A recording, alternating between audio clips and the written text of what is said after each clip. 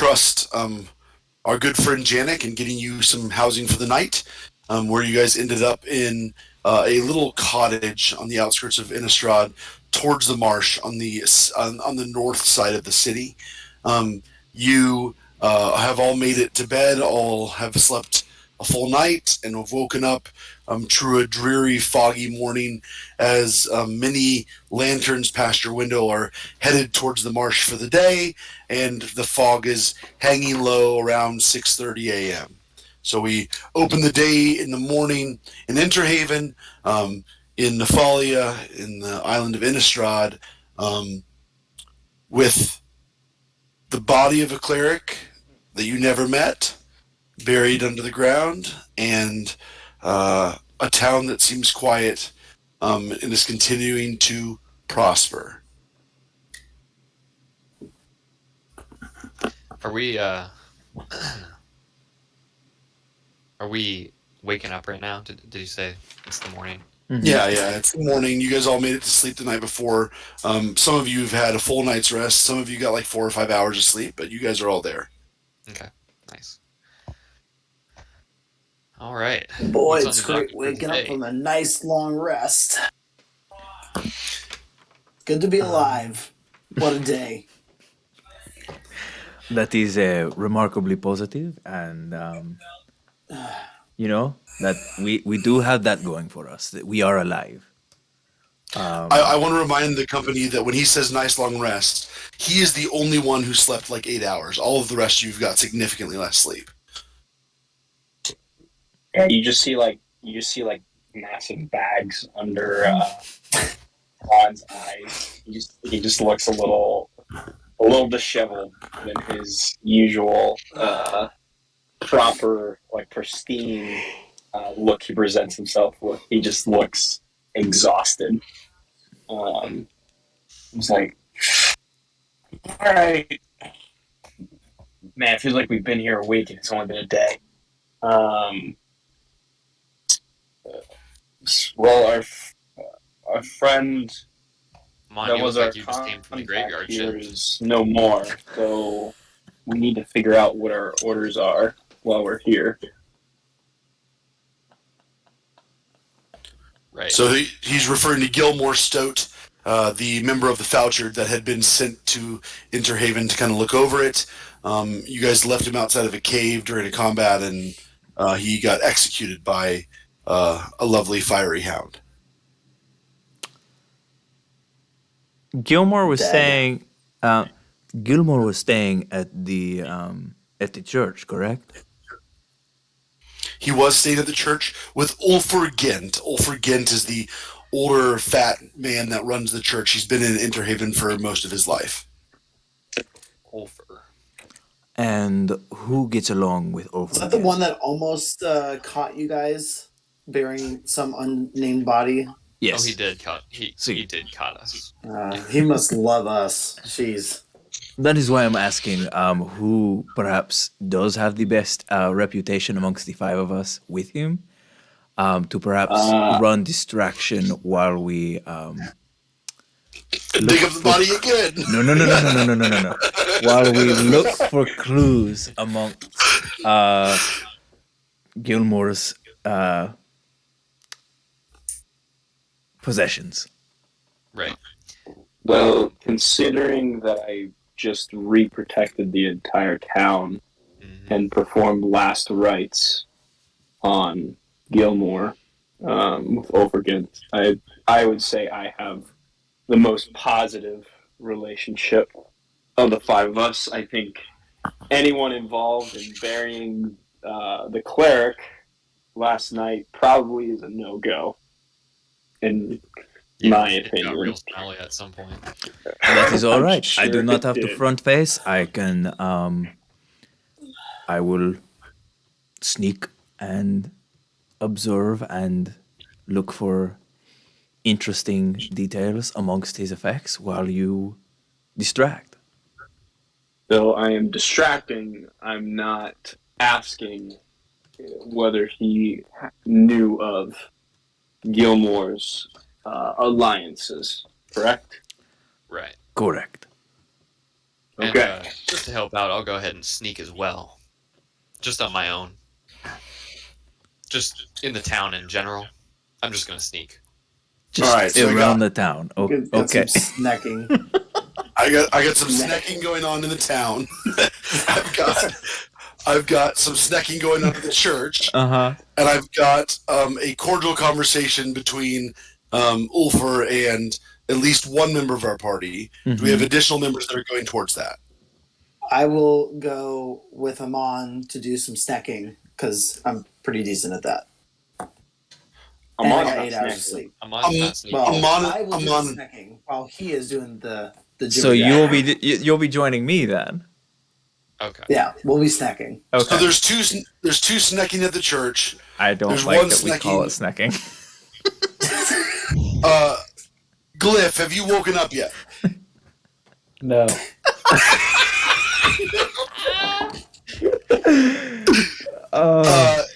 The Does anyone commitment to want to wake up? chaos. About parkour. Does anyone want to wake up Glyph, or you just want to let him sleep? He Carlos. looks so peaceful when he's sleeping. No. Carlos will go kick him awake. It's so weird how he sleeps with his glasses on. Glyph. Thunk, thunk. Glyph, wake up. Just grabs Carlos. Buenos dias, mi amigo. It's time to get going with the day.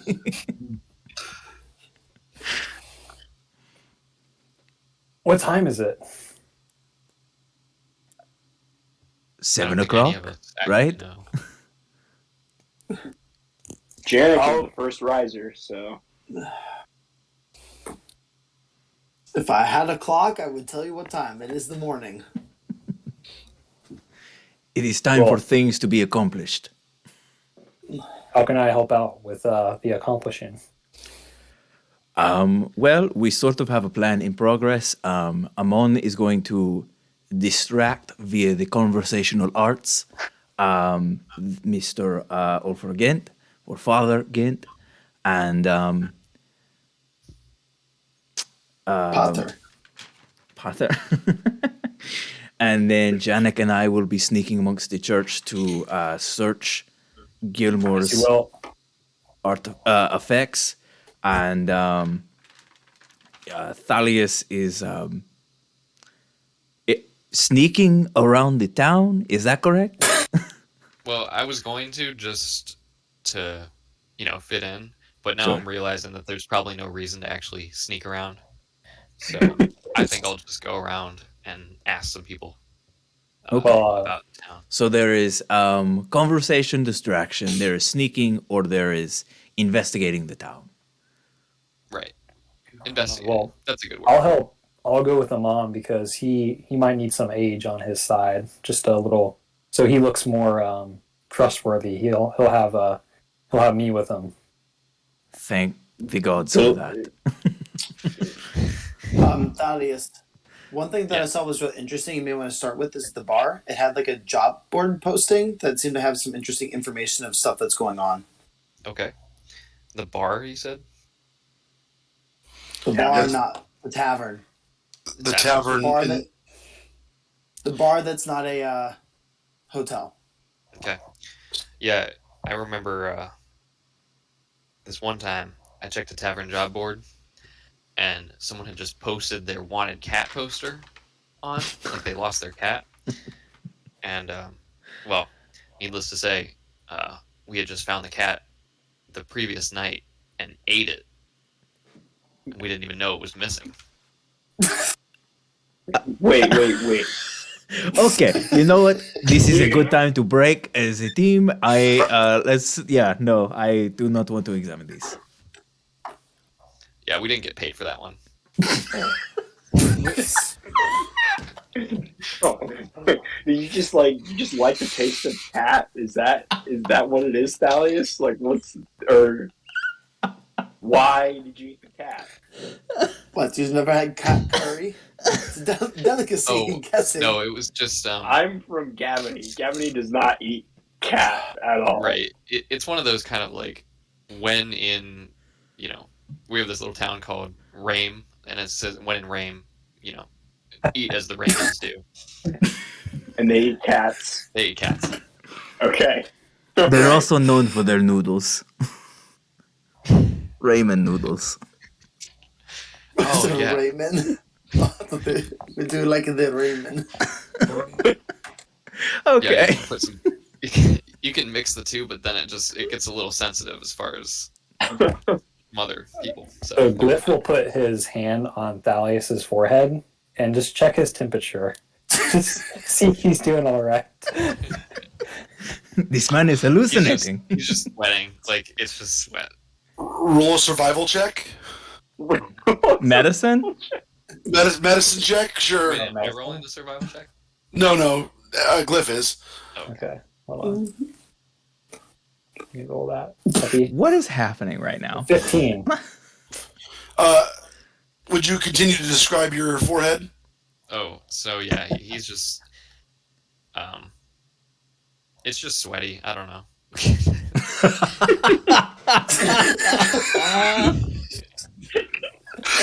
Thalias, I've never seen you so.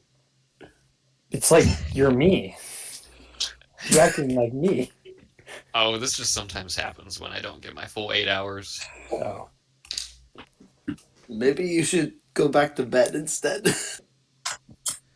No, I mean it's a new day and we can't. Daylight's burning. All right, so who are we talking to, Amon? We're talking to Ulfr Gint, the priest, All right, while let's go. the rest of the group investigates Gilmore Stoat's stuff to see what the Falchard All right, splitting up the party mission sounds was. good. Let's go. Yep. It's never The gone poorly. judgment. All right. Mm. We're going to the church first. Who's going to the church alongside our good friend Amon? Glyph. Glyph is going to the church, and I believe Carlos said he was as well. So I'm going to investigate along with Janik. So I guess Yep. we'll be going to the church, but we will not be engaging in conversation. We'll divert before we even make. all right. Yeah. So let's head to the church. Thalias, you're chilling behind. You're going to do some other business. I'm gonna head to the tavern. You guys We're head. already there. You guys head towards the west of the town. Actually, Thalias comes with you to the main square and continues on to the tavern. And you guys take a right and head west. You head west towards the outskirts of this town. At the outskirts of the town, it kind of comes down a hill towards the bog, and you find yourself looking at the church up ahead. May I please get a stealth check from Carlos and Janik? For sure. I'm going to dude. do guidance for Carlos. Okay. Guidance for Carlos. He gets a little tickle-tingly sensation in his back. Okay. Tickle, tickle, tickle. Tickling. Tickle, tickle, tickle. So we'll add the D4. 21. Ooh, look at you, bud. Nat 20. You guys are snacking pretty good. No issues as you kind of disappear into the fog in the early morning dew, and you guys are on the north side of the church while Amon begins to head towards the door of the church on the south side. Amon, what are you doing? I think I am. Would I know where Gilmore's room would be relative to the church? Yeah, the church is in the massive cathedral. It's a pretty small building. Yeah. There's maybe 10 to 15 pews, followed up in front with an altar dedicated to Avacyn, and in the back of the church, there is like 3 rooms. 2 of them are housing rooms. One you could probably guess is Ulfr Gint's room. One is probably a spare bedroom or a guest bedroom, and then there's like an altar room that holds extra supplies. Okay. I think I just walk in and see. I guess trying to find Ulfr Gint's whereabouts. Yeah, you walk in and Ulfr is sitting in a corner desk, writing on a piece of parchment. You've seen him incapable of maybe being the most shrewd man before, he continues this trend by not looking up from his parchment when you enter the church. You don't make a loud noise, but he doesn't even seem to notice as you walk in. You're probably 20 yards away from him. Okay.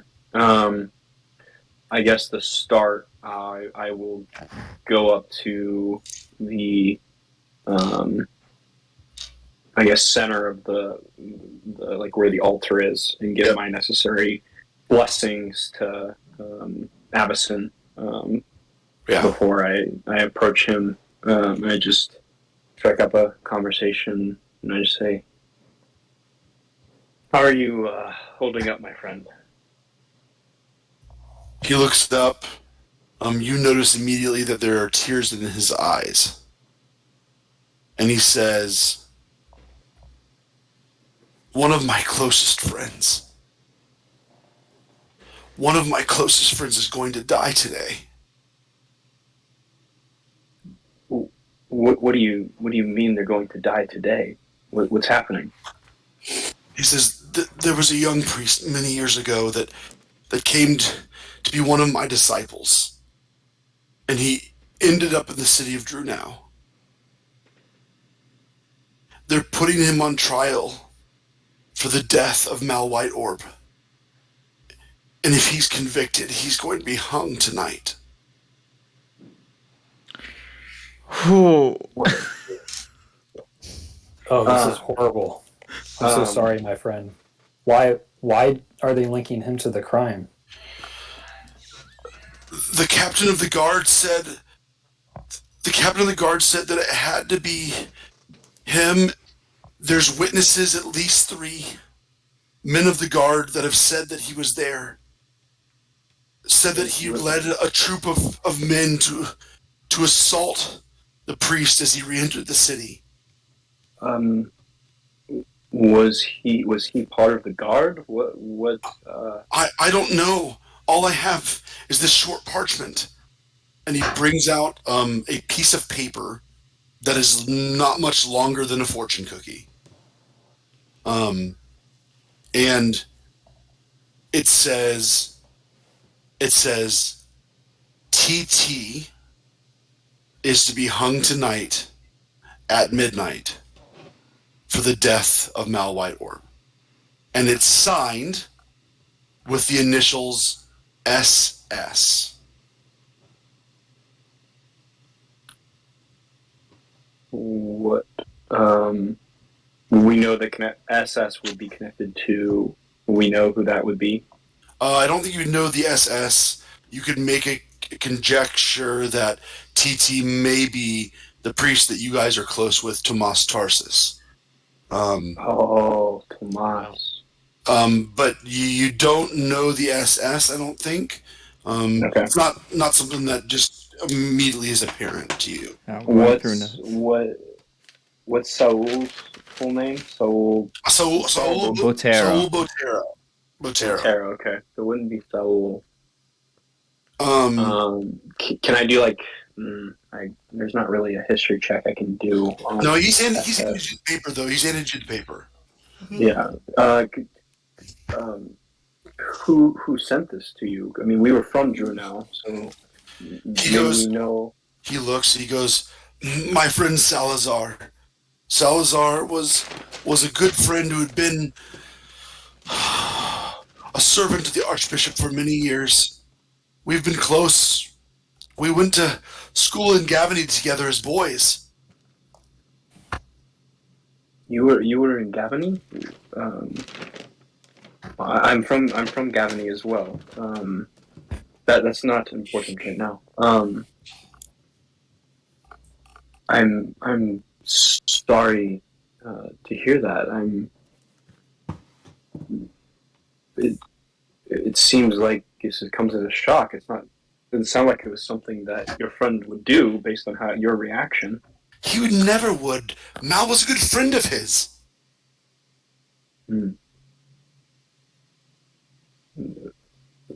Who is this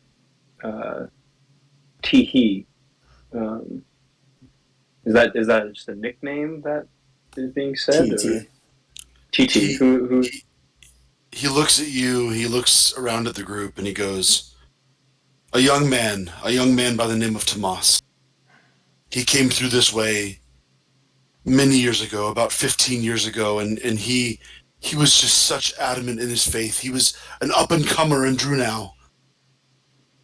He had so much life ahead, I just don't understand. But Salazar is a good resource. What he speaks is true. They're going to kill him tonight. My friend, Tomas was the one that sent us here.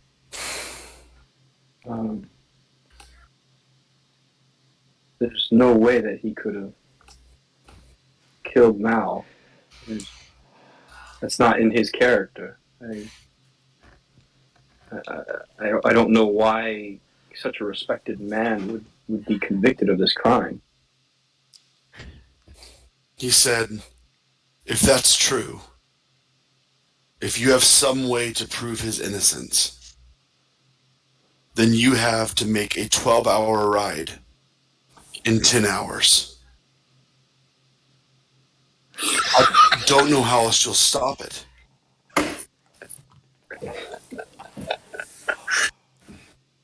Are we ready to dig up a body again? No. I won't do it. You can't make me. Oh, God. All right, I want to jump for a second. I would say that Ulfer is thoroughly distracted. Janik and Carlos, you come to the back of the church. There is an entryway in the back of the church. There is one door on either side of what is similar to a steeple, but it has, again, the emblem on the right side of Tyler's head that is kind of formed by a stone at the peak. And you guys have like a brick siding, and there's two wooden doors that are on either side that are chilling. I go left, you go right. We see which room is which, and Hopefully we get some information out of both. all right. Let's do it. All right. Quietly try to open the door. The door's locked. Both of them? They are both locked. Okay. As you try the other door. Thieves' tools check. Wait, I have a thing for this. All right. An axe. No. We're being quiet. Go ahead and roll a thieves' tool check. It seems like a pretty normal door lock to you. I'm sorry, not Janik, Carlos. All right. Let's hope this goes well. 7 plus dex plus proficiency is going to be 12. 12. The door, you jimmy it for a minute, but you eventually get it to click open. Okay. And as you open the door, you see a very modest room. It has some cloaks in it, a couple of cloaks of priest's attire. It has a small bed that is against one wall. There are a few boxes of personal belongings below the bed, and a number of candles with a small desk and a parchment that's set on the desk. The parchment seems about half written, and that's really all that's in the room. It doesn't seem to be full of goodies. Certainly, there's not much of value in the room. I would like to look at the parchment first. Yeah, you do my door next. Oh, okay. So yeah, I sneakily run over to his door and try and jimmy it. Sounds good. Thieves' tool check.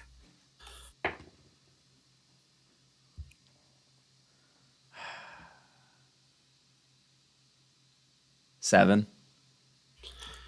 You start to fidget with the door, and then you get your pick kind of jammed in there, and you work it for a minute.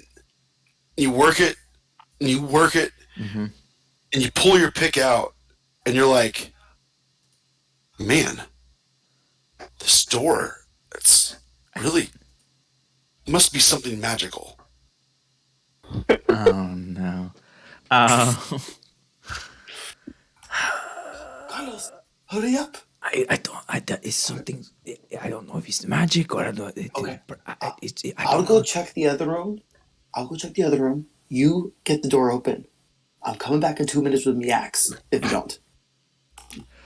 No pressure. Okay, got it. You continue to work with the lock for a minute or two, and you're going to continue to work on the lock. Janik, you walk into the room.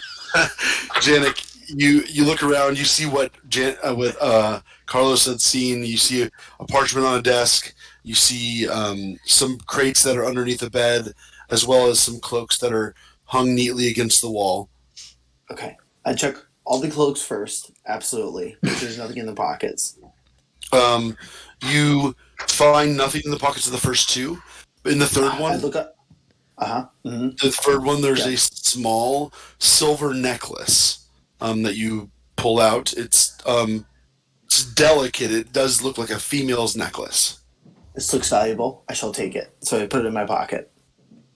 Got it, Janik? So- No issue. You pocket this small silver necklace. Continuing on to what, Janik? I would like to look under the bed next for 300. There's 3 crates under the bed. You pull them out.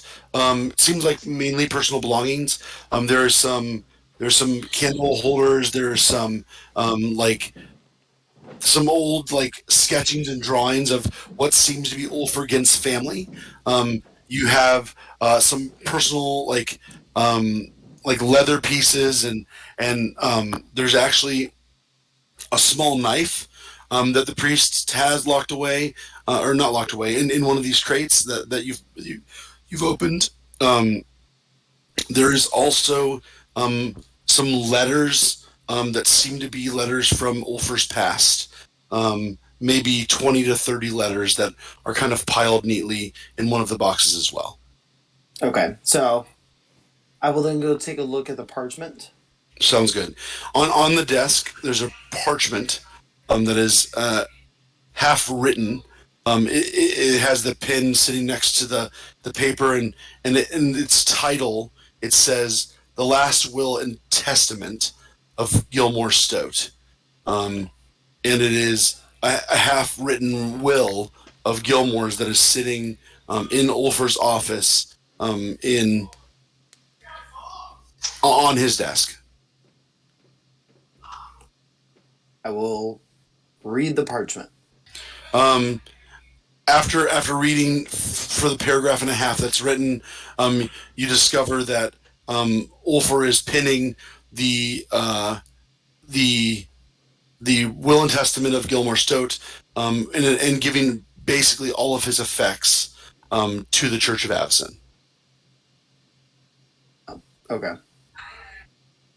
All right. Now that I've read the parchment, then there's nothing else in the room that seems to be of interest and nothing else. I will exit the room, but I will put the necklace back into the cloak pocket on my way out. Sounds good. Necklace goes back in the coat pocket. There's no noticeable noises. You don't make any noticeable noises in the room. And we work out back to Carlos. Carlos, after fidgeting with this lock for now 3 minutes, would you please give me another Thieves' Tool check and get my very high-level DC 8 Thieves' Tool check so that you can open this door. I would love that. He feels the tickle of guidance happening or an axe. He can't quite tell if it's guidance or an axe that's like kind of Right. touching Yeah. his like it's like a line against his Okay, back. we got it. Yeah. We're good. All right. Well, the rusty old door that seems very difficult to open finally clicks and seems to squeak open. And you guys are looking at a very different room. It's even smaller than the last one. There's a bunk bed on the left side of the wall, and there's like 7 weathered cloaks that are on the right, as well as 1 pair of pants. And there is 2 longbows on the wall, as well as probably 20 to 30 arrows that are stashed in the room as well. There is a couple of animal fur skin caps, as well as some other private items that are kind of stashed around the room. Can I get an investigation check from both of you, please? Sure. 18. 18 as well. Awesome. You guys search around for a while, and you notice that there is a small blue box about the size of a ring box that is sitting in the corner of the room on the floor amongst two pairs of old beaten shoes. The box isn't intricate, but it's certainly out of place. Wait, Carlos, what's in the box? I pick it up and open it. Hurry. You open the box, and there is a small like pin, like PIN pin. Yeah. That you would pin to someone's shirt. But it's unmistakable. It is the shape of the Stromkirk family's emblem. It has a wielding serpent in it, as well as a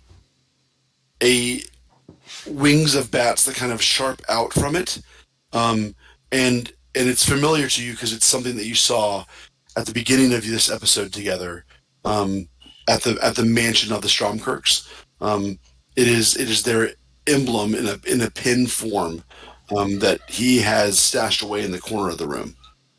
I pocket it. What? Why would he have that? I don't know. I also check all the cloak pockets. This time you don't find anything. There's nothing in the cloak pockets that seems to be of guidance. You get a handful of dirt out of one, though. I mean, I guess that's something. But that's unhelpful. I think that at this point we have found anything that we were going to find. Did you see anything in the room, the other room? No, only the last will and testament of being written by Sulfur, Olger, whatever his name is. It's Ogre! Sulfur. It's all going to the church. Is there nothing else that would connect him to the Falchard here? They found no other papers, nothing that would tie him to his other life. It's surprising. I don't think this was probably the headquarters of Voucher Operations. This is probably No, but there should have been some communications or something. Didn't Thomas say that he was sending word ahead of us? He did say that. Something is not right.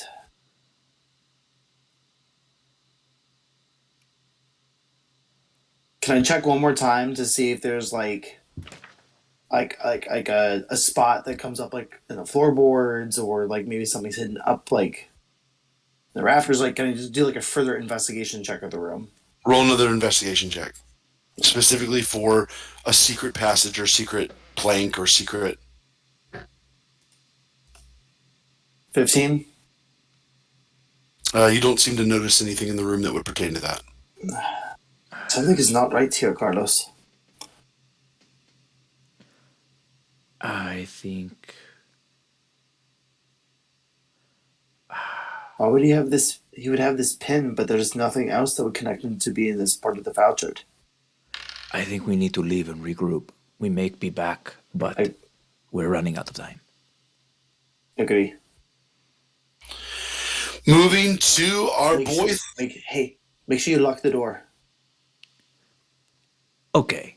There's one of us Yes. in our group that forgets to lock doors, and he is not here. We're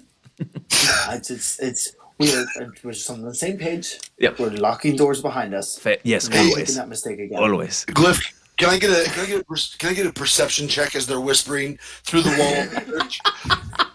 His ears perk up. I want got it. a 20, What was it? 23. What'd you roll on the die? I rolled a 17. It's not quite good enough. You're really whispering through the walls of the church. It'd have to be a little bit louder than that. I just wanted to make sure. All right. We perk up. Somebody left the door unlocked. He feels bad about himself. He doesn't know why. He's standing next to Amon, just feeling bad about himself. He doesn't know why. Even though this guy is just talking about his friend who's about to die, he's just feeling bad about himself. we move to Thalius. Thalius, you enter it's not a busy plaza, but it's busy for Interhaven. I mean, there's some goings and comings going on, and I would say again the tavern is the busiest place in town. It's straight ahead. You might remember that Janik had the notes on the board out front posted in the general chat here. So if you would like to go to the general chat, there was 3 papers that were hanging from the board.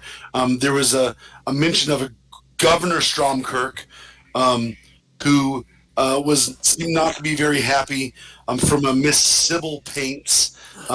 There was a request for help to save his farm from a Farmer Johnson, and then there was a missing man who went missing in the swamp 2 days before, and Claudia Skyburn had posted that message a couple of days ago, and that's what you find on that banner there.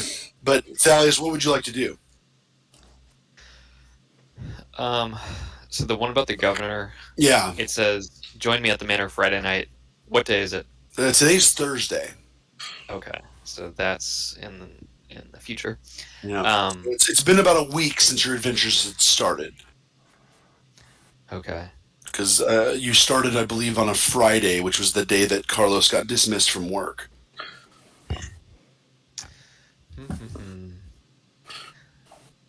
Can I make my own posting? Is there like paper there to like write something? You have parchment with you, so you could write something up. Yeah, that'd be fine. Okay. I'm gonna write up a little note. I'll put it in the general chat later. Sure. But I'm gonna post something to the board. Yeah, absolutely. And then, did we stay in the tavern last night? No. So the tavern is not like an inn. It is simply a tavern, and it's called Vanessa's Watering Hole, for the sake of memory jogging, and it's a small tavern that serves a little bit of food and drink, and it's all this town has to offer when it comes to restaurant beverages and food. Everything else is kind of on your own scavenging. There's a small market that you can purchase food in, but this is really kind of the only categorical tavern.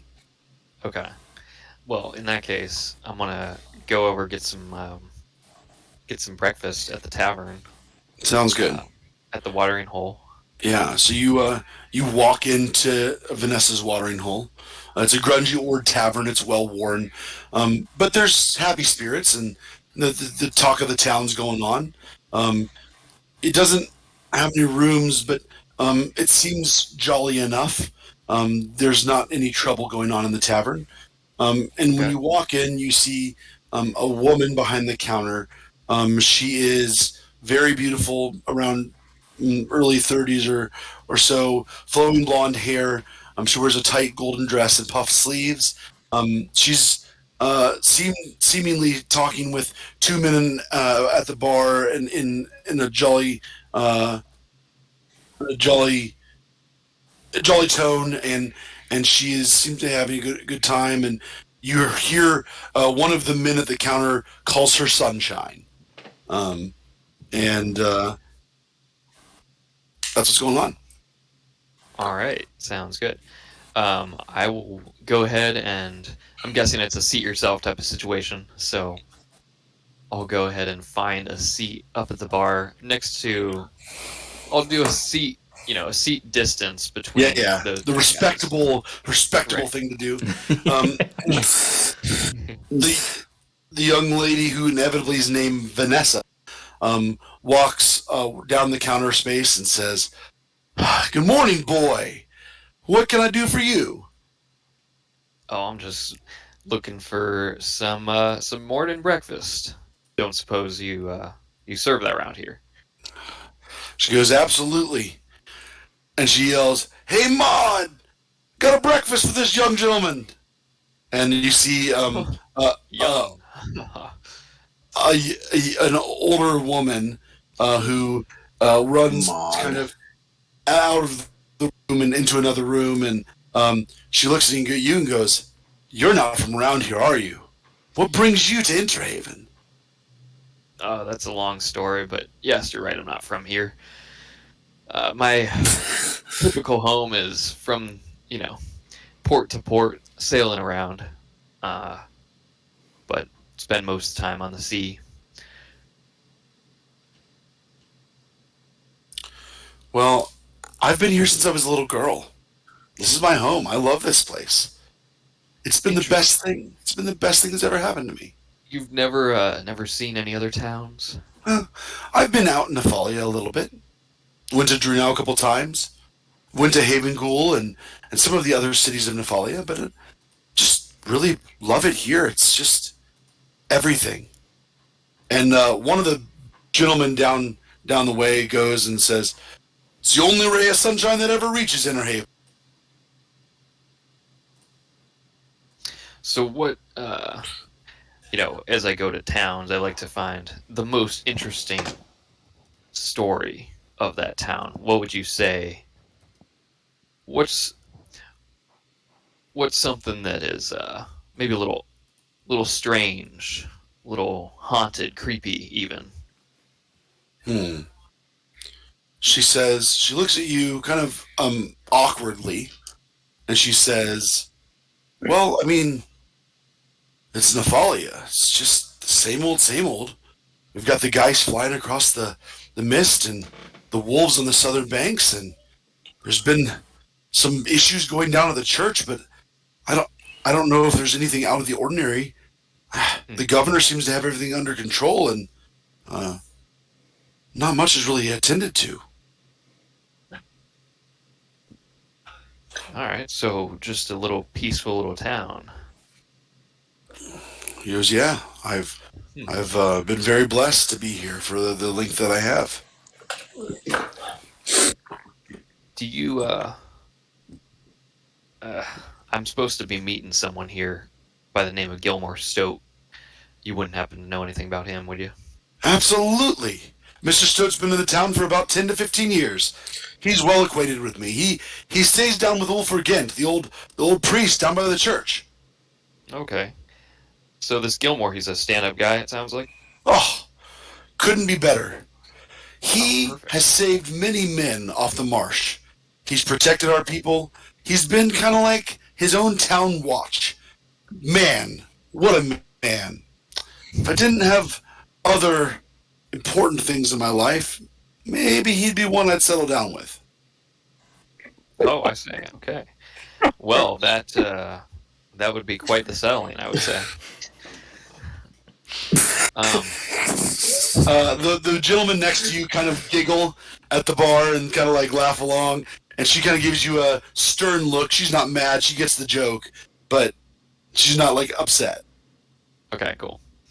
Well, interesting.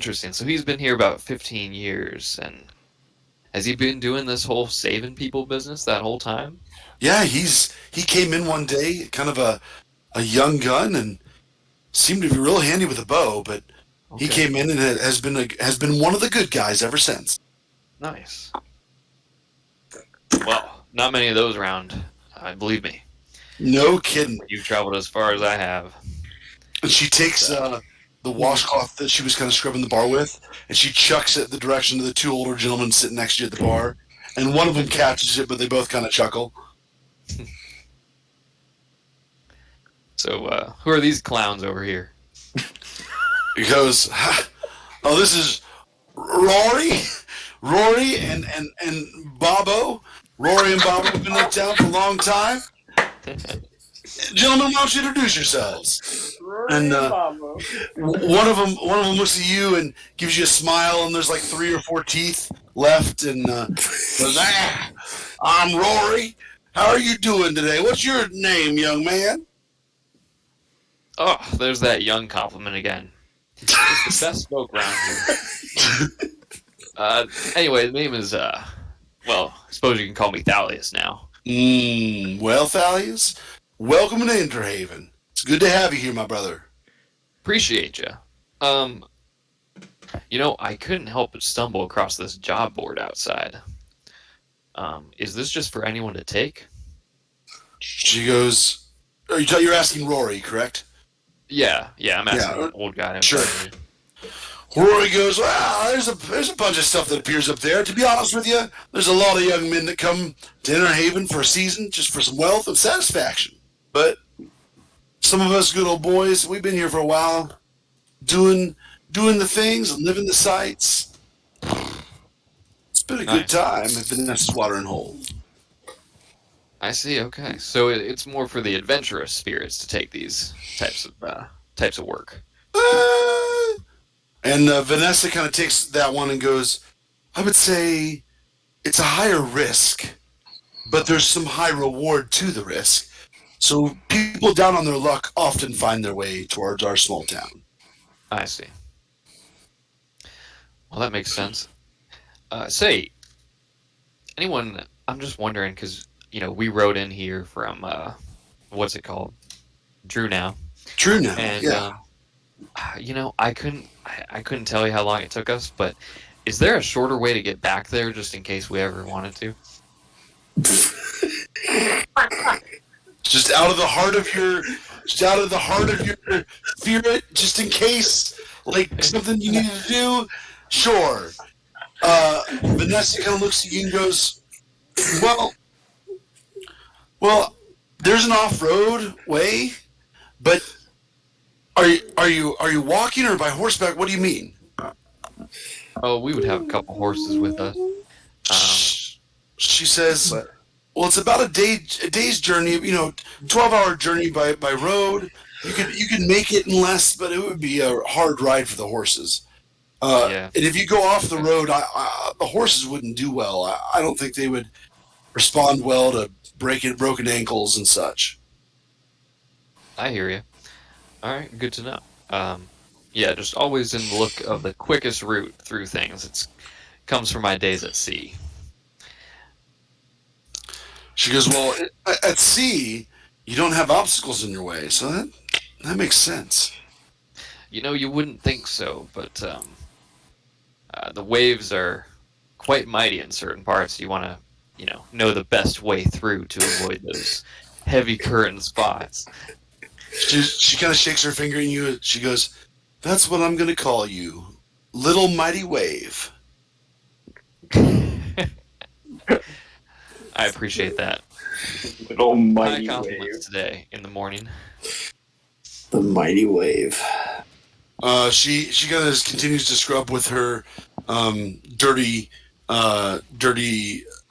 rag, and she ends up going off to help someone else. And after a few minutes, you're served a hot plate of eggs and some good fresh bread, and it certainly is a meal that is worth the one spectral it will cost you. Nice. Okay, one spectral. As that happens, I'll just turn to Rory and Bobo again, and I'll just say, "Hey, you fellas ever hear about some strange, witch magic going up in the mountains?" Bobo kind of nods no. He hasn't said anything to you, and Rory goes, there's always stories. It's Innistrad. What would Innistrad be without a bunch of stories? But nothing too specific, sounds like. Nah, didn't hear any witches about for a long time. It's been a pretty quiet place. There's people that are unhappy and things that go wrong, but what's a death here and there? Well, you can't avoid it sometimes, but speaking of death, you got any family, Rory? Yeah. Yeah. Why? Oh, I just took a pass over to the cemetery, saw quite a few family names in there, wondered if I don't know, wonder if this is like a generational thing for you guys, or has this been your town for a while? He goes, well, my mom and pop raised me here, but Yeah, I've been here my whole life. Well, that's fantastic. So your mom and pop, and what's their family name? Just curious. I like to collect names. He goes, it's the Sturges.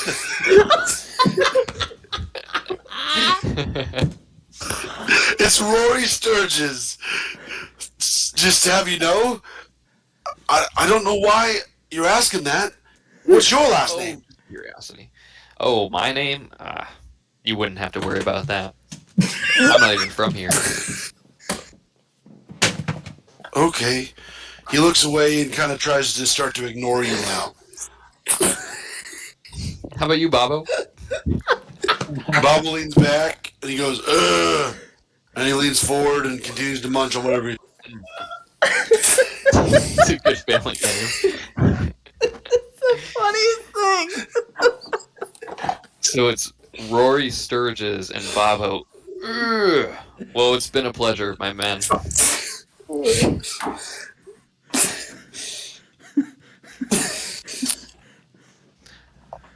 I'll just continue to eat the breakfast and keep my eye out for any funny business as I'm doing this high level investigation.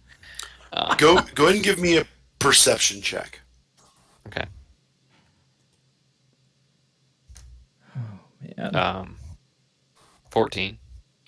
So I mean, there's a lot of action going on. There's people coming in and leaving, and after a while, as it nears like 7:30, 8 o'clock, much of the tavern has begun to empty out as many of the men and women have gone to work for the day.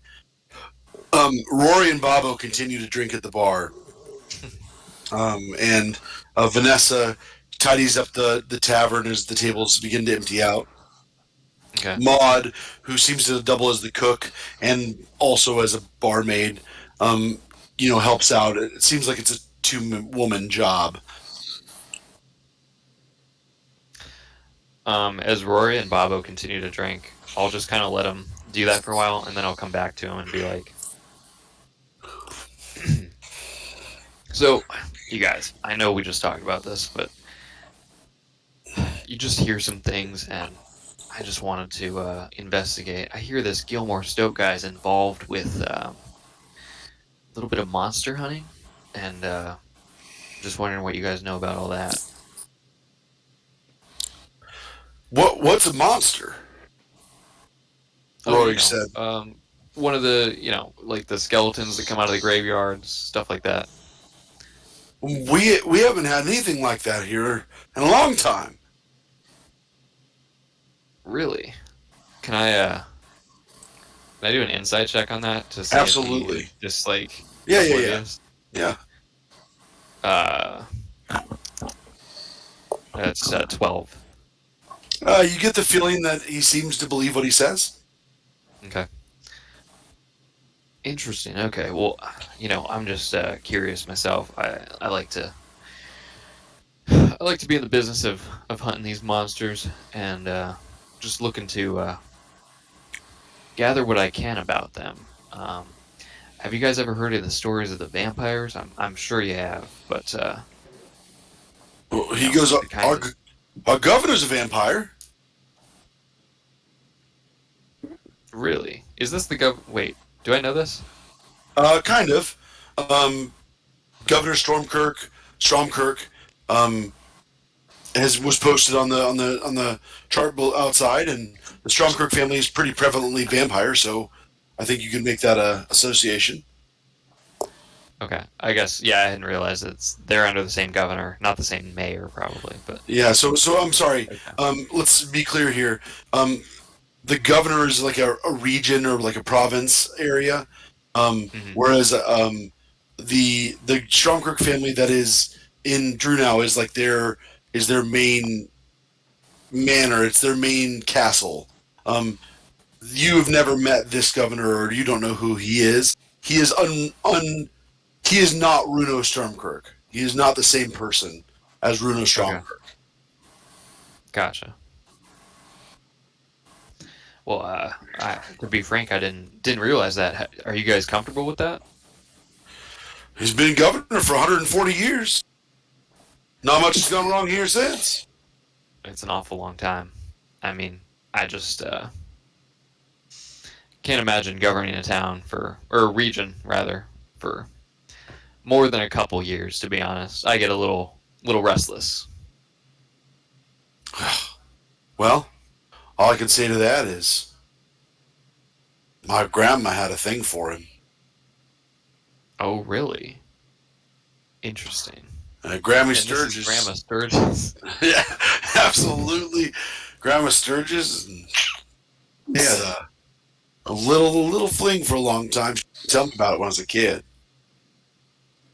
Wow. So I can't help but wonder: are you related to this governor? No, Okay. Okay. All right. Hey, just thought I'd ask. You just never know. Secretly the big bad enemy guy. What is that? Rory Sturgis. We figured him out. All right. I think I'm done doing the investigation here for now. So It's quite the investigation you did. Good job. Thank you. Big Thank you. fan. A+ on that one. A+. All right. We go back to the conversation between Amon, Glyph, and Ulfar. At the end of this conversation, Ulfar asks, he goes, Amon, may I please have that piece of parchment back? And he asks for the parchment back that he had handed you.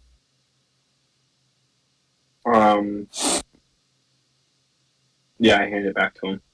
So he takes the parchment and he goes, I don't know what to do. I can't make it in time to wish my friend farewell. Is there any possible way to get back faster? If you had rested horses, you could maybe do it. It'd be close.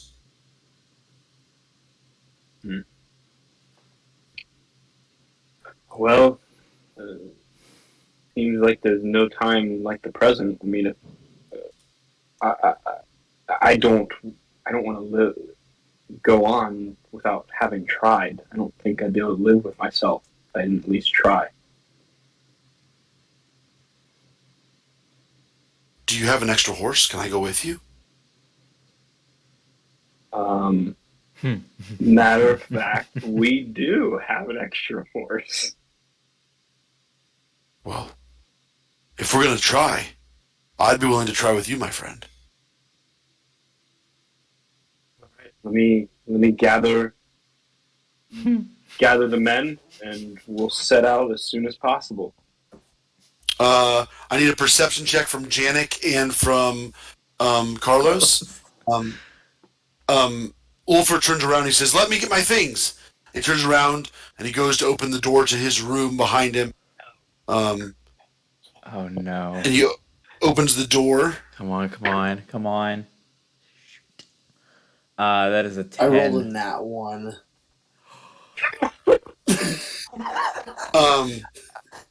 Oh no. As he opens the door, he hears the clicking sound on the outside of the lock as the lock kind of locks. And he looks back at Amon and looks forward to his room. Neither of you hear him open the and he walks through his room and looks at his belongings, notices that nothing has been disturbed, and then walks to the door and unlocks it. Janik and Carlos, with no knowledge of this, you've locked both doors. What are you doing? I believe the last thing that we were talking about is leaving. So finding some sneaky way to exit the room and exit the church. To be fair, go ahead and give me another stealth check from both of you. As he opens the door, Zulfar opens the door. Cool. You guys are walking away to the east, back towards the town a little bit, or back towards the inside of the church, so you can come on the road. 22. 22 here 22 as is well. good. He peeks his head out. Neither of you noticed his head being peeked out because your perception's terrible. But he doesn't seem to notice anyone outside his door, and he goes back to pack a bag to follow you guys to whatever inn to save his friend Tomas Tarsus. And meanwhile, Thalius comes down the road, sees Janik and Carlos, and both Glyph and Amon come out of the church, and then you guys find yourselves in front of the church on the road while Ulfur is packing, and he is coming. The horses are all tied to the posts on the edge of the church. But just to be clear, Amon's the only one. Amon and Glyph are the only ones that know what the plan is going forward. Correct? Yeah. Correct. Okay. Yeah. So, Amon talks to Ulfur and says, "Let me speak to my friends and update them on the situation before we proceed." Sounds good. He's not actually there. He went to go pack a bag. Gotcha. So he's chilling inside. It's the five of you together. Love you guys. So all reunited now. Love you too, buddy. We have a bit of a problem. Oh? Ulfur received a letter informing him from Salazar, informing him that Tomas is being pinned for the death of the high priest. Malwhite Orb. Malwhite Orb. He was a councilman of Drunau. Council. So on the High Council. For Malwhite Orb, and he's set to be hung by midnight tonight. But the good news is we can get back in time because our horses are fast. Ish. Get back in time for what? We have to try to stop it, right? Or at least get. Yeah. And do what? Show them the dead thing of Malwhite Orb and say, "Hey, we're the ones that did it. We're your culprits right here." So you're telling me we're just gonna leave Tomas, who got us out of that situation, to rot and die? Is that what you want to do, Janik? Do you have a better solution? I don't know. We have the gem. I'm wearing it right now. We could conjure some sort of disguise. I got an idea. And then Glyph will start to slowly disguise himself. But just starting from his head down so it doesn't it's not too crazy. And then he'll say, I can look like Mal. Has no body. This is our plan. To trot this into the heart of the city and either doom Glyph to a life of secrecy and play acting, or, let's be honest, the more likely scenario is that he is found out immediately and hung instead of Tomas, or perhaps in addition to. No, I think this is what I can do. If you guys get me there in time, I can stand up on a roof, above the hanging, and present myself as the risen Malwhite Orb. There is no body that they have found. They just think he's dead. The body is buried. There's nothing to say that he is fully dead. This is our only option. Probably not our only option, but it's a good option. Yeah, I would say that's true. I mean, there's no evidence so far that you know of, outside of the words of a few guards, that says that Mal is necessarily dead. So you're right, that there is no evidence of that. I've changed my mind. Tomas did everything for us. I say we start writing immediately. We can free him. No, what? What are you talking about? We must free him. We can fight the guards off. We're going to fight the entire city of Drunau off. We're going to ride in, guns blazing, metaphorically speaking, to a public hanging. They're hanging him at midnight. Who is going to be at a public hanging at midnight? There's not going to be very many people. Whoa, hang tight. Carlos, you would know that midnight is the public hanging. And it is a spectacle that many of the public come out and watch. A lot of people are going to be there. Almost the entire city. Carlos, I know you just give up when it gets difficult, but I need you to push through.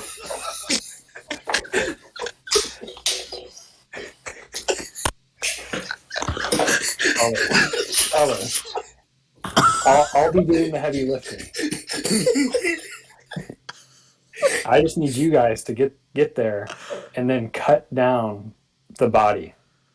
Have you seen? There's a movie in Rain. There's a movie or a play that was done in Rain. It's similar to the Pirates of the Caribbean. The very end of it, when they put the sword through the and he steps on it. You know what I'm talking about? I'll throw my axe. He can stand on it so he doesn't die from suffocation. Yeah. Okay, we need Janet will throw his axe at the right time, and then he won't. Yeah, it'll work. No, we're brainstorming. We'll think it will not work. No, look. I understand that Thomas is a friend of all of ours, and this is going to be very sad. But there are costs to this. So Carlos, I suppose you have a better idea of what we should do, Carlos. Yeah. Don't go.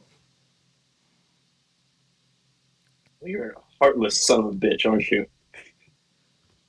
He's got the point. What do you want Both from of you me? Got points. If there is no way that there is not going to be someone hung for the murder of Mal Whiteorb, and sure, there is no body right now. They cannot prove it. Alleged murder. Alleged. It is what happened. No, hold on. Let me finish, please. I'm sorry, but there are going to be costs to this. I have already lost a ton of people. Thomas probably will not be the last person I lose. My goal is to carry on the work of the Fouchard, preferably saving my own skin, and that's about it.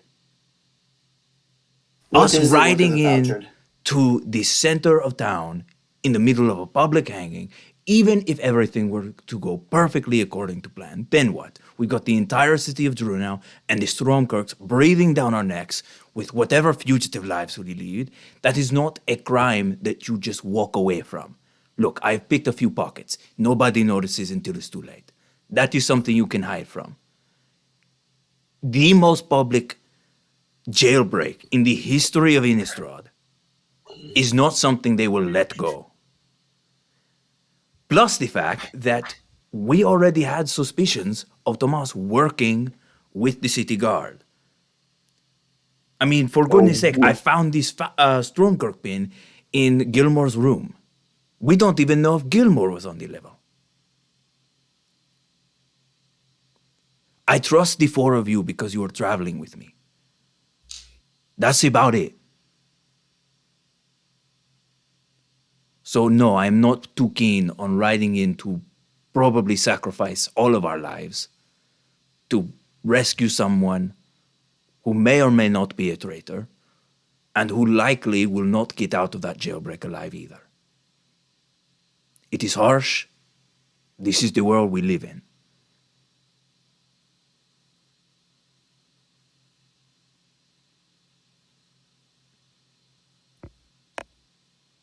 Right, he's got a point. Well, I'm convinced. Amon, what do you say? I say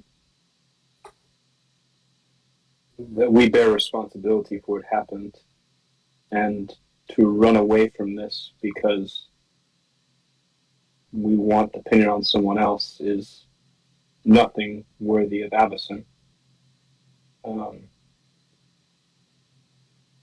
At the very least, we should get over Gent there in time to say goodbye to his friend. Can we at least do that much?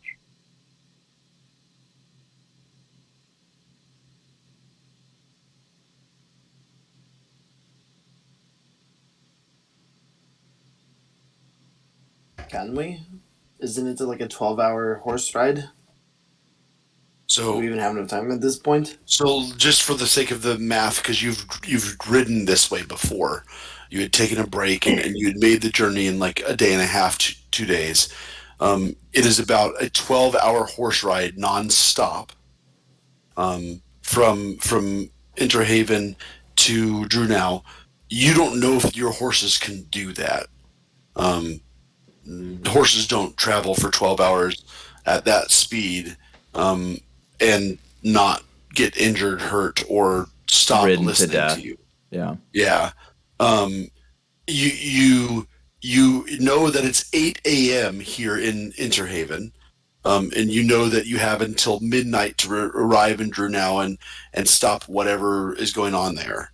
There is a little leeway, but it's not like this is a clear cut thing. It would be very, very difficult for you to make it in time.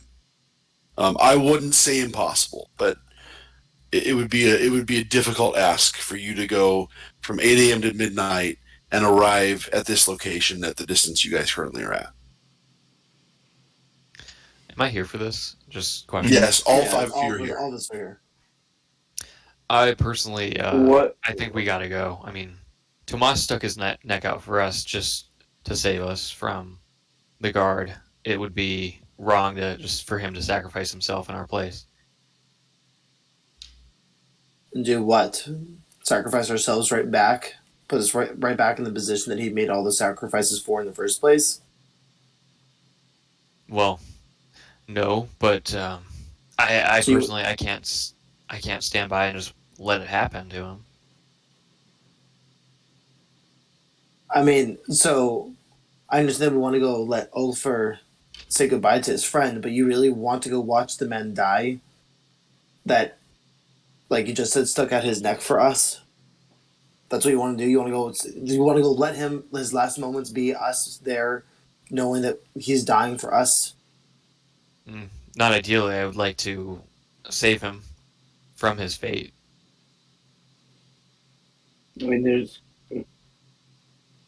we have the evidence that we killed. The evidence that incriminates us, yes. But that frees Tomas. It doesn't mean that it has to be pinned on us. Spin me the scenario where we are able to free Tomas with the evidence that we have. That also involves us probably digging up a body again. I'm not touching another shovel. No, we don't need to dig up the body. We have his signature gemstone. What you're saying is you want to prove that Mal White Orb died, not by Tomas and not by us. The problem with that is that we are going into a city where Mal White Orb was clearly in league with all of the high powers that are going to be in charge of this trial. They will not let any of the truth actually come out. Clearly, they've not let any of the truth come out. Harrison, I know we've been engaged in conversation, so if you're going to say I can't have focused on this, that's fine. Would it be possible, though, for me to have ritual casted Detect Magic on the Stromkirk pin? Yeah, absolutely. I would say so. And you probably started before you even walked up to the conversation. And so as you've kind of concentrated on that while you've been walking, and you find that there's some significance to the pen. It is a lesser power. It's not something that you feel maybe is in the realm of like a device that has some sort of form of communication. Maybe some sort of like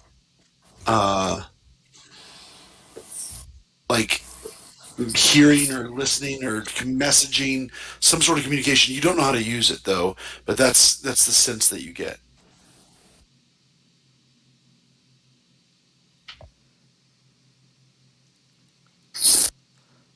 So I don't know how it works. Do I get the feeling then that it's possible that we were listened in on? Sure, that's definitely possible. Cool. As the detect magic spell fades, I'm gonna toss the pin just as far as I can. Like if into the woods would be great, or just just away from us. I'm gonna huck it. Go ahead and throw a general dex throw for it. Sure.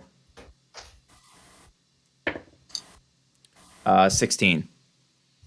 You toss it in the woods nice and good. Cool. What are you doing? What was that for? The Stormkirk pen also allows them to listen. Not positive on how exactly it works, but it is possible that even the conversation we just had was overheard.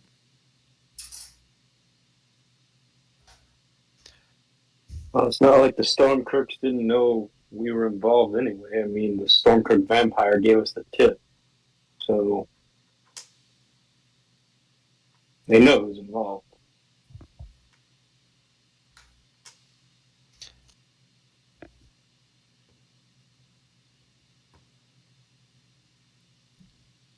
There has to be something we can do. At this point, the front of the church opens, and a saddled up Ulfr Gent comes out. He's got a big overcoat on, and he has a bag with his priest's emblem on his shirt. He looks like a man on a mission. He quickly had hurried and gathered up his things and joins, and he comes up to the group and goes, "All right, thank you so much. Are we ready to go?" Well, are we, boys? What's he thanking us for? Are you asking the DM or are you asking? Sorry, what's he thanking us for? I had told you guys that we were going to take Ulfr Gent. I mentioned that to you. He looks around and he goes, I wasn't trying to interrupt anything. You guys invited me to go along with you to save our friend. Harrison, can I roll an insight check on this guy? Absolutely, go for it. I doubt. Well, let's just see what I got here. Come on, please. Nat 20. Yeah. He is genuine and is absolutely being honest with you in everything he said. He certainly has a connection with Tomas. To what extent, because you weren't a part of that conversation, but there's a genuine concern in his eyes that you know he wants to get to Drunau as fast as possible. There's no ulterior motive of like bringing us there's in. There's no ulterior motive that you can see of bringing you in or trying to get you convicted or any suspicion in his desire to go to Drunau and potentially save his friend or say goodbye to his friend. Can I? I'm just trying to remember. Salazar is a familiar name. What is Salazar? Salazar as a first name is not a familiar name. It is really okay. It is a new name that you have not heard before. I believe there is a Salazar family. Let me see if I can find it. I didn't see one. Parcel tongue thing.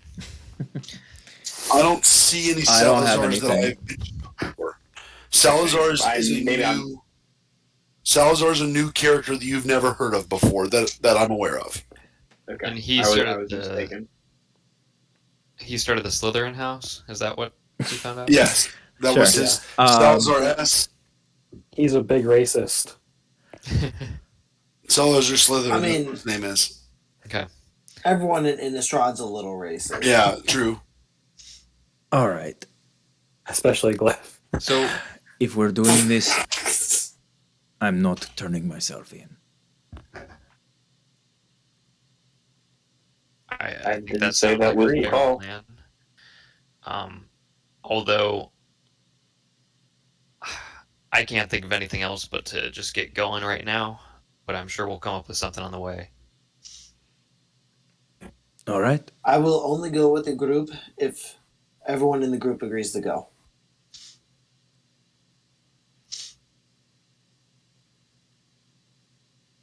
objections?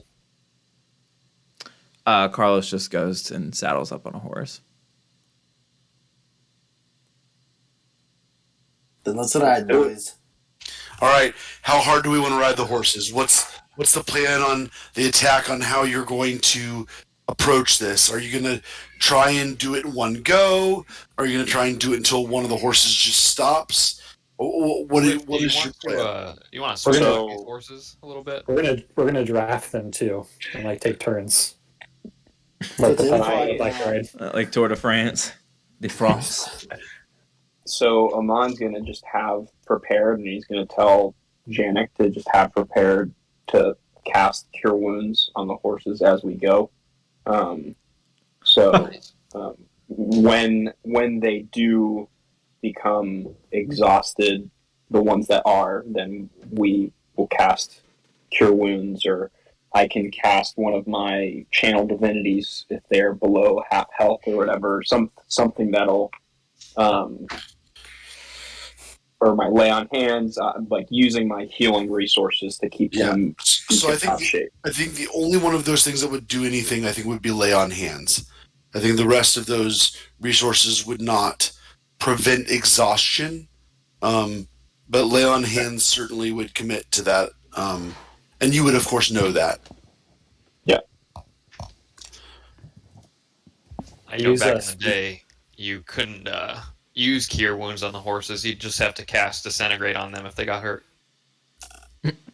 I cast Speak with Animals, Harrison. All right. Yeah, sounds good. No. And I'm also gonna conjure up some good berries. Sounds good. Good with me. And I'll look at the horses. You get one good berry. You get one. The berries are pretty large. You get one good berry per horse, so you end up with like, was that 6 or 7 good berries that are pretty large berries that you have holding your hands, about this much in total. I'll go up to the horses and kind of like pace back and forth and say, "Now, our friends, we know we got here in a very strange manner with a barrel on one of your backs." And I'll look at the one that had the barrel on the back, and I'll say, and he goes, "Oh, that barrel was heavy. It was heavy enough." Insight check. No, because you don't understand the language. I'll give that one a good berry, and I'll say, you all did so well getting us here, but sometimes plans change, and we have to go back. We have to go back to Drew now because something horrible is about to happen. Do you think you can all help us out? And I'll give them all some good berries. Yeah, they eat good berries. Go ahead and make a persuasion check. Okay. Glyph is secretly the MVP of this party. No, I mean, I just rolled a 10. Not even a secret. Yeah, he.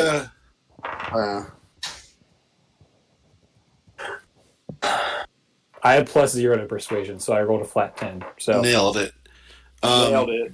The horses look at you and they go, "Oh, we would love to go back to our owner and Drew now. It would be our blessing to go back." Well, yeah, we'll go back to Drew now. The horses all nod. Most of them seem excited to go back to their home city. They're all pretty excited. And then I'll ask them all, well, it's going to be a tough ride back. Look at the one with the barrel on the back that had the barrel on its back. Who do you want to ride you? And I'll just kind of ask them all their preference. I'm going to give them like, it's like buy-in. Like they'll do better because they get some say. At the mention of tough ride, the first one looks at you and kind of questioningly and goes, "Why will it be a tough ride? It's just a Drew now. We just made the journey. No problem. We'll just have to go quicker than you've ever gone before, but I believe in you all." And I'll talk. We do not have time for this.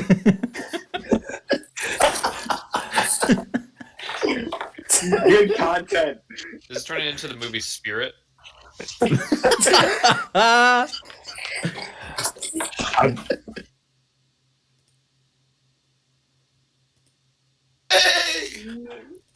I believe this trial you're all about to go through to get back to your owners will you'll look back on this as being the best day of your life, but it won't be easy. There's now a genuine look of concern on 3 of them. The other 3 seem to be like excited to go home still, and the lead one stares at you for a minute and goes, "Well, you're fat, so I'll take one of the skinny guys to ride me." All right. When motivational speeches go wrong. We just get on the horses. I tried.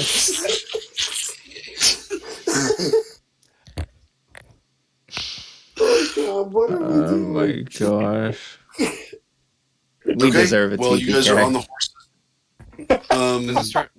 This is like one of those Fast and Furious movies where they're like pep talking their cars. Well, that's what I was going for. It didn't work out. Harrison need to get us back to Drew now somehow. You guys have gone a couple days. You've only been away from Drew now for 2 nights, and so it has now been a full 4 days since the murder of Mala White Orb, which of course you all know about. Murder. Self. Oh yeah, he definitely attacked you first. Yeah, that's totally true. Yeah. And unprovoked attack. Is there a way that that as we're riding, that I could like talk with Carlos about like the plan, like as we're kind of getting back without Ulford overhearing us? Maybe, sure. So you guys all jump on horses. You guys separate from the party. About 5 miles down the road, you guys see the dug up grave that you guys had dug up the body of Mal White Orb, kind of off in the distance next to a tree, about 50 to 70 yards on the left of the road. You guys continue the way, and Janik, you make an intentional step to kind of separate you and Carlos from the pack, and you end up about 30 yards ahead of the rest of the group, next to Carlos, riding at a very, very quick speed.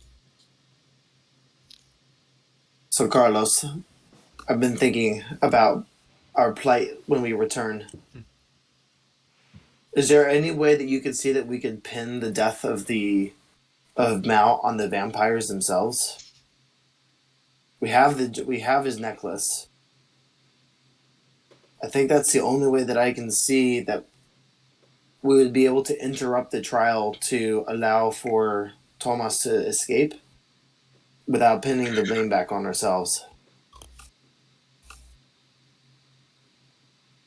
Because we are not going to be able to escape. Our horses will be too tired if it goes bad.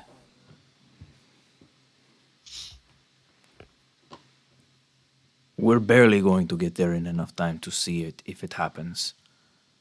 We won't have time to plant the necklace in the Stromkirk Manor or on any of the Stromkirks. That is the only way that this could possibly be blamed on them, but still, they control the town.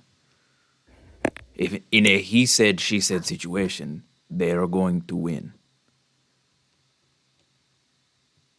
And they have the power to force the police force to look at sabotage and whoever planted this on them, as opposed to actually investigating them for the crime, which again, they're not guilty of, we are.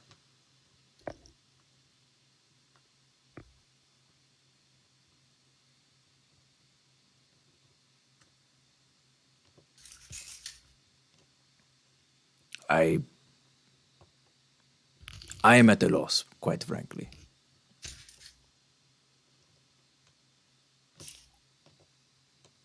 If only there's a way that we could expose the connection of the seeing stones.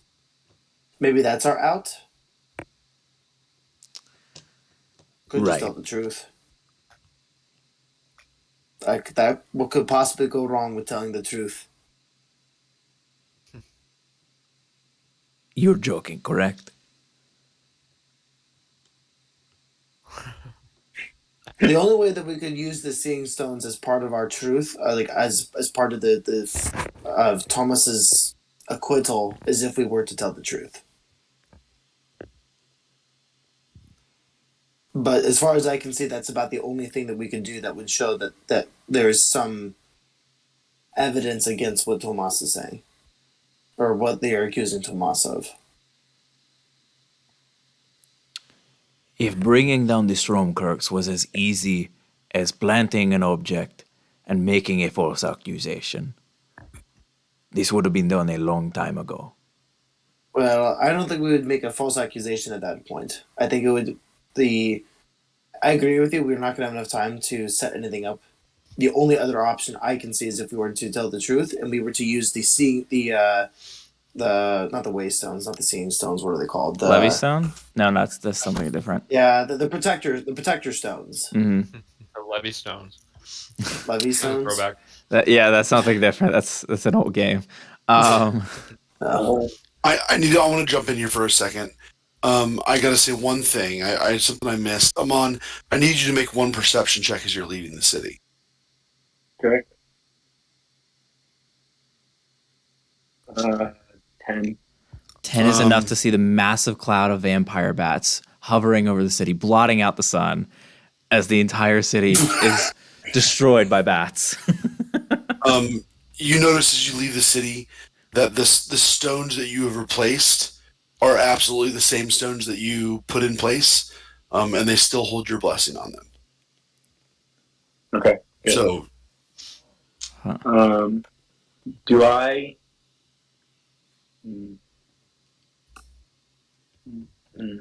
Who's riding next to me right now? who's riding next to Amon? Is it Thalius or is it Glyph? Or neither? Glyph. Glyph is riding next to Amon. All right. Names are hard. So, along the way, Amon's not going to give him the necklace yet because he knows he's a wild card. But Amon talks to Glyph and Glyph, I've been thinking about something. Yeah, what's that? I think we might be misunderstanding some of the factions' interests at play right now. It was a Stromkirk vampire that tipped us off to the blessings being messed with by Mal White Orb. The Stromkirks have no interest in, if anything, they wanted something to happen to Mal White Orb. So it doesn't seem that they would have any issue with us pinning it on anyone else. It doesn't seem like the Stromkirks have any interest in pinning it on Tomas. If anyone would pin it on Tomas, it would be Saul. He had the most pertinent information. He had the inside knowledge. Why? What does a Stromkirk gain in pinning it on a small-time priest? He maybe they found out he was Falchard, but the one who knew that was Saul. But it was a Stromkirk vampire that tipped us off. So they wanted us to find that, and they wanted us to confront Mal, or at least know what Mal was doing, because what they were doing was allowing rogue vampires to get into the city and affect their control. So the Stromkirks are not. I don't think that they intend to manipulate this like we're assuming. Can you follow my reasoning? No.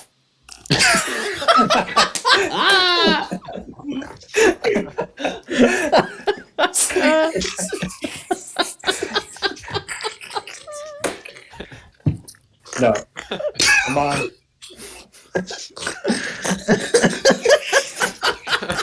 That was amazing. No. I will say, Amon, your description, your descriptions and information was accurate. So good job there. The only thing I would add is that knowing that the Council of Drunel will be making the final decision in this case, and the council is made up of allies of the Archbishop. The Archbishop, of course, is Terhold, and he's not officially affiliated with the Stromkirks in any way. Yeah. But of course, Runo Stromkirk is one of the members of the council that would be voting on this decision, as well as Sonia Ferron and the family that Carlos works for as well. Cartwright. And so, yeah, the Cartwright family is it. What's the name of the Sergio, right? Yeah, I think so, but I want to make sure I get it right. All right, so the council is made up of Terhold Brace Hollow, Sergio Cartwright. Oh no, Sebastian. Sebastian is his father's name. Oh, that's right. I wrote Sebastian it down. Cartwright. Yeah. Runo Stromkirk, Mal White Orb, and Sonia Ferron are the members of the council. So the decision would only be made Stromkirk families to execute this man, and I would say that most of your experience or your opinion would be that most of the decision would lie in the hands of Terhold, the Archbishop. Okay. Is it just purely on? Yeah, I guess. Is it just purely based on their decision? Like, did he get a trial? Like, I'm just trying to understand. Carlos, Drunel. Carlos, give me a history check.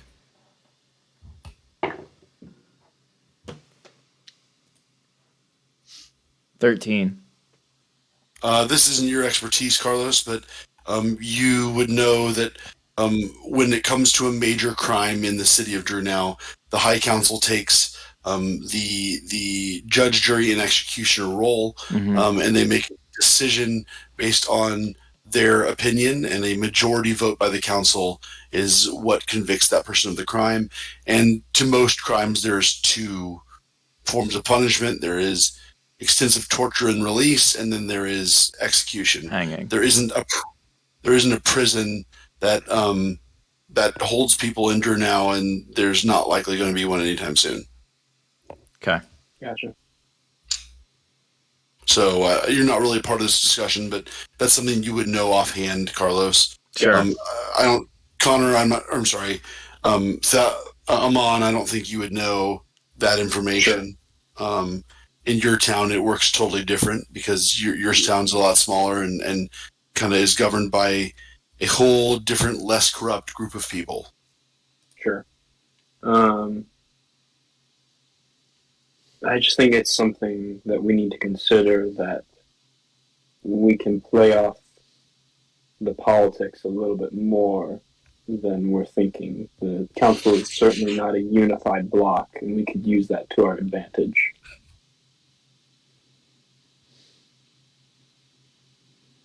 So how do we divide them more to give us some time?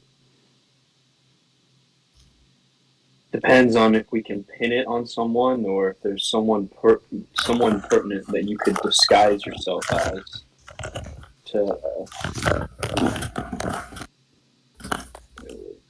claim. I think if there's enough doubt that Mal is dead, then they cannot come to a majority vote to have him killed. And so I think we need to think of a way for you to show yourself as Mal at least be seen as Mal walking around, and then disappear to at least sow doubt in the crowds as to if Mal is truly dead or not.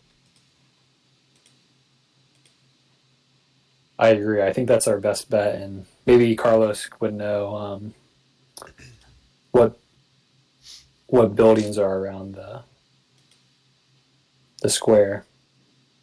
So if you go into Drew now, there is a whole level that is kind of dedicated to kind of what you guys are talking about, and you guys were there for the festival, of course.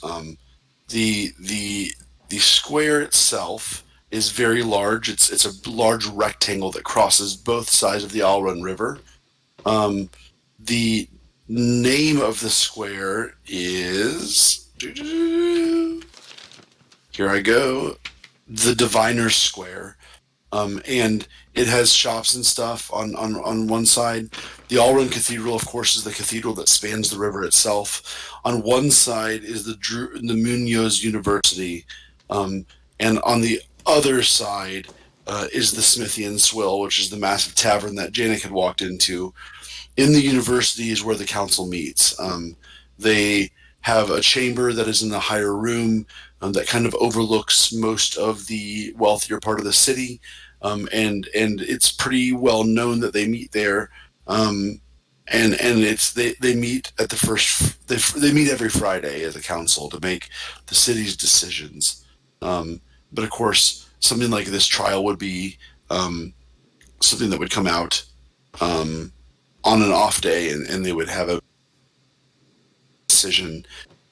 Oftentimes, these decisions were not based on evidence, but rather than the opinions of the people, because it was all about making everybody happy.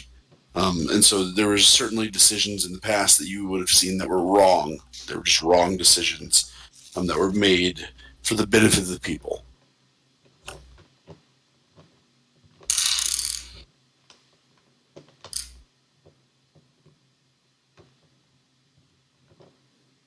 I don't know.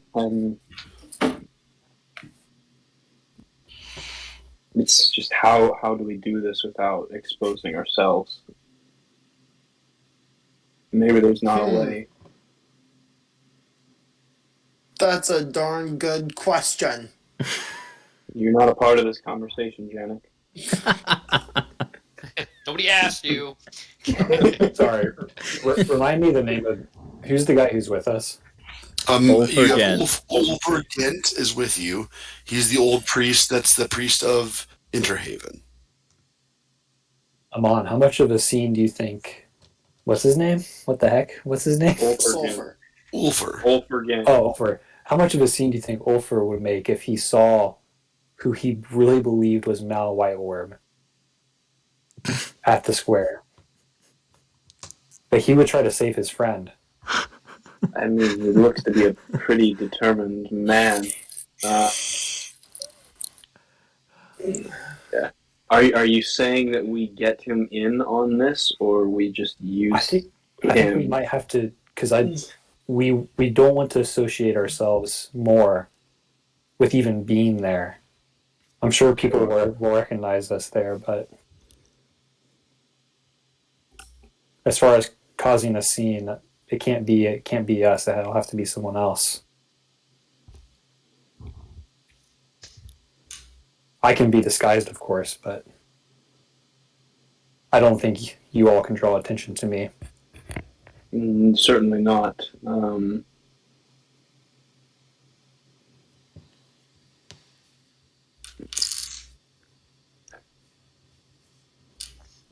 guess the question is, are we... I don't know that we can trust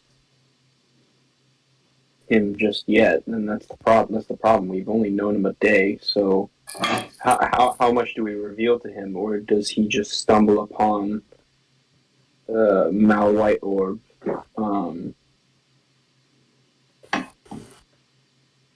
I guess that's the question. How much do we let him in on? I don't think we can let him in on it at all. But do we deceive him or try to get a just use the mass of people there, seeing who they believe is Mal White Orb. He certainly would be seeking the freedom of his friend. So if he were to see Mal White Orb alive and well, he would make the biggest commotion about it. So, but is that enough to stop the hanging?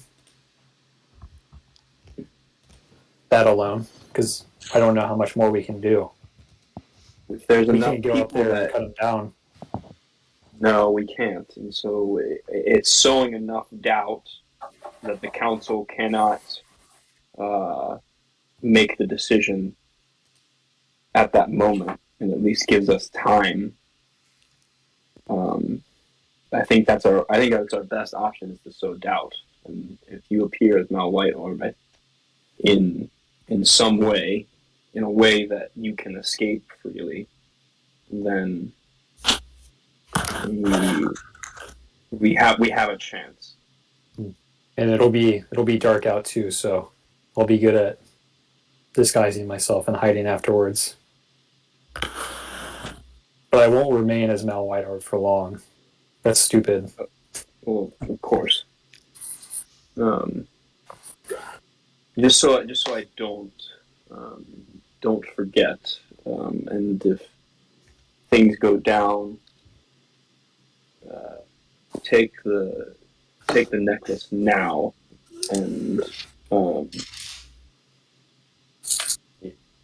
I think we're still forming the plan, but you at least need to have it now. Do you remember how he had it positioned and what it looked like last time we saw him? Yeah, it was on his forehead. It was not on his forehead. I hope you are joking, my friend. Yeah, just remind me where it was again. He wore it as a necklace. It was right near the center of his chest. Oh, of course. That's what necklaces are for. Of course. I'll just take it from you. But are we in front of Ulfer? All right. So let's cut a little bit for a minute. So we've been riding for about 4 hours. The horses have slowed a little bit, not to a trot. They're still moving pretty fast, but they're starting to get tired. At about 2 to 4 hours is when you would make a break with a horse after riding it, after a hard ride. And so you guys, the horses begin to neigh.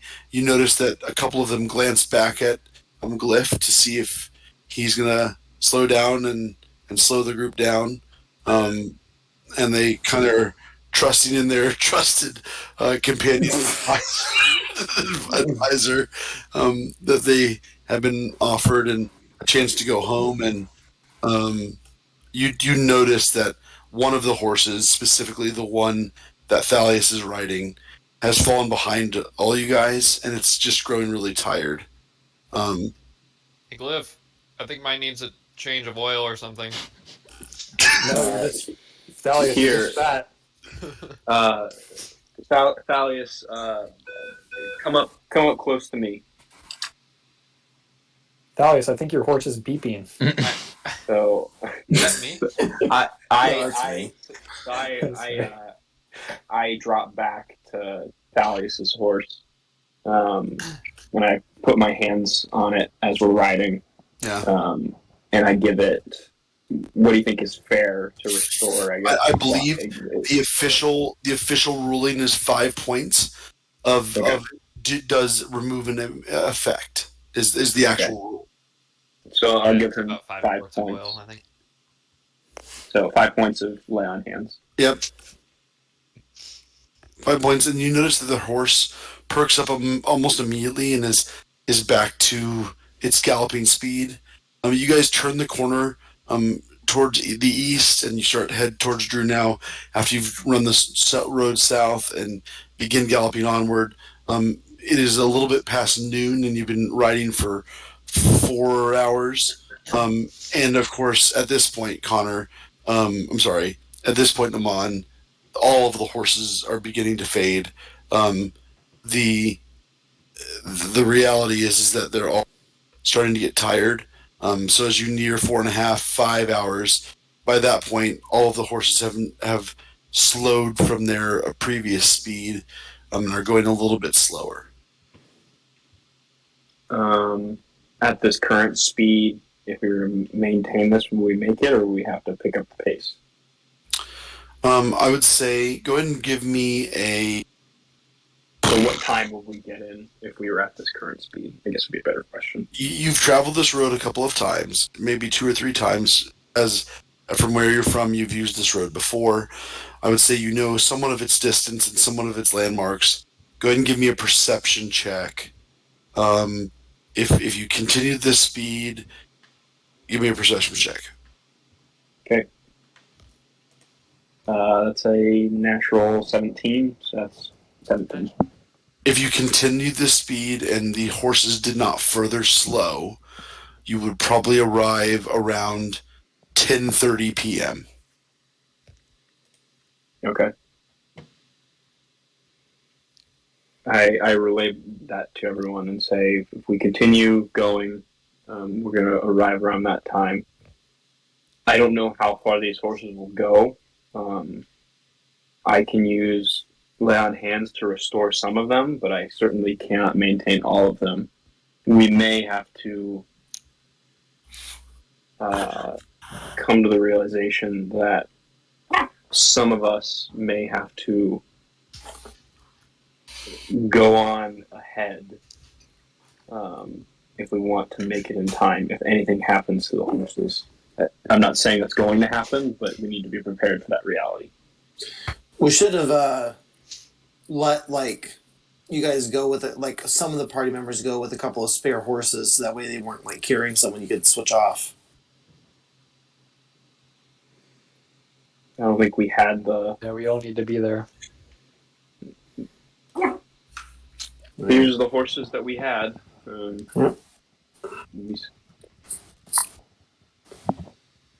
Sorry, my dog's barking at me.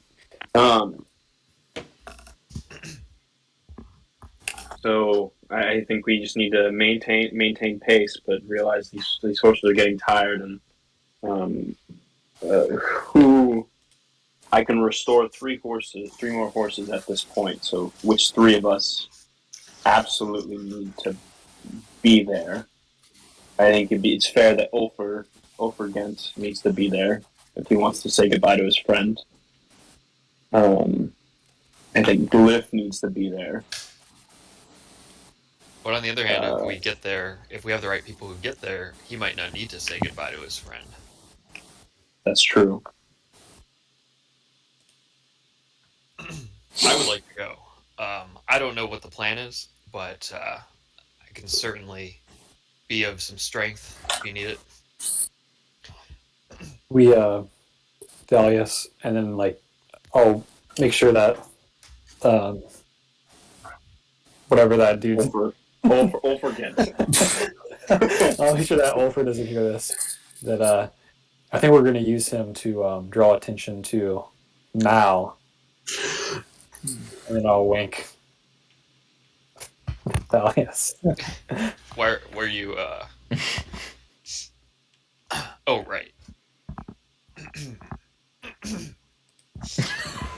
Okay, so you, Ulfric Stormcloak, and who else?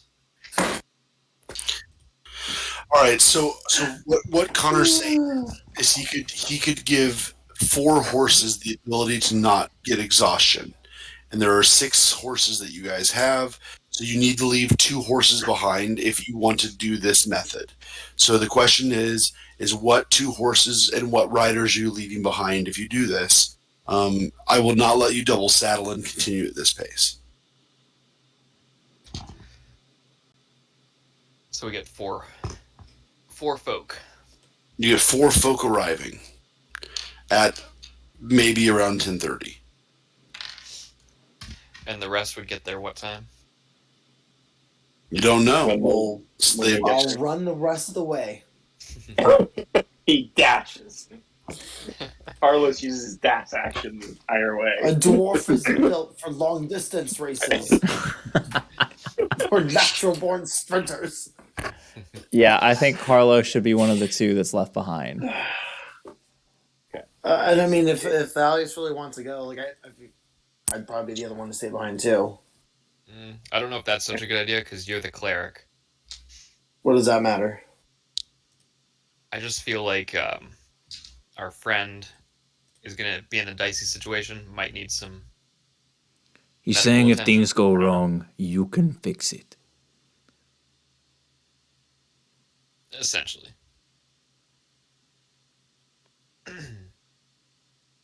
I mean, Janek is a cleric, but I have my own ways of addressing medical concerns outside of lay on hands.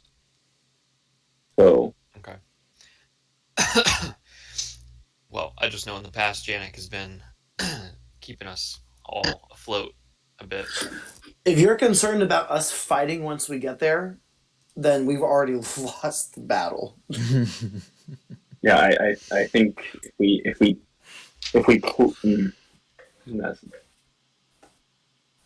well, on the other hand, though, we're not going to be fighting, then I don't think I'm of much use.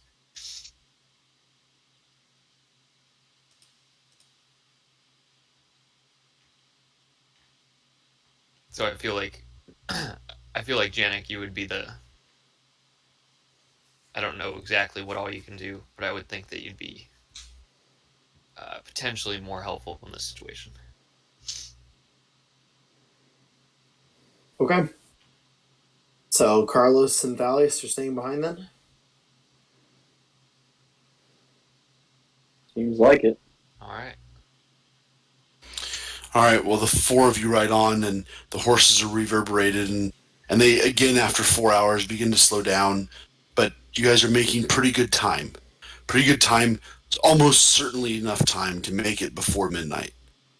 Carlos, you and Thalius fall behind a little bit. Your horses slow to a trot, and by the time darkness falls around 9 p.m., you realize that you are still probably 6 to 7 hours out from the city. You're past the halfway mark, but just past, and at this rate, it will take you another 7 hours to probably arrive. The other four of you, you guys get within sight of the city. It's about 10:40 in the evening. The horses are exhausted. They've traveled the entirety of the day.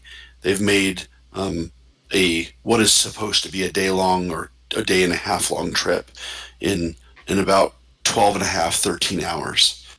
And you guys kind of begin to arrive as the sun is setting. The dusk has approached. I want everyone to make a perception check, please, as you get within sight of the city. 17. 7. Is that it? Perception has been bad today. My goodness. Glyph, I need one. Looks like he's busy eating Skyline. Yeah, he is AFK at the moment. Can someone give me a roll? Just give me a roll for Glyph. 9 on the die. I don't know what his perception bonus is. Sounds good. Ulfa rolled okay. Amon, as you get within sight of the city at around 10:30, as the sun is setting in the western sky, you notice there are 6 figures hanging on the west wall of the city. They are not moving. There is no one else outside the city with them. But there are 6 figures that hang. One of them seems significantly smaller than the rest.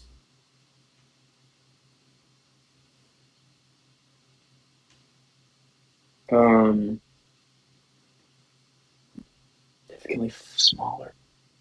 Can I guess pay closer attention to the figures that are hung, like pick up any details about them? So you're 3 miles out, so I would say no. Okay. Especially with your 17. You just notice that there is gallows outside the city, Carlos, you would know if you were with them, but you're not, that traitors are hung outside the city. And they're hung outside the city limit because they don't want their spirits to be in the city anymore. Mm. You guys going to continue to ride in? I look at everyone and I say, we good to go? I mean, at this point, we don't know that there's anything else that's wrong with the city. So unless you choose to stop and like say, hey, like, or something's going on, I don't see like why I would stop. Any of us would stop writing. Yeah, they don't see it yet. I mention, I say, they have 6 people hung outside the camp. I'm not sure what the significance of that is, but there's a little one among them, a smaller, like a child. Possibly, it just seems someone that is significantly smaller than the rest of the group. I'm not sure. Something feels very off. Like, why? If the hanging's supposed to take place at midnight, these either took place prior nights or these were set out for a particular reason. I just don't know the significance.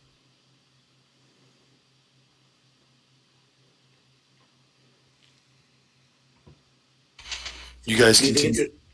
Do you think it's a trap? No, they wouldn't have. Continue, I guess.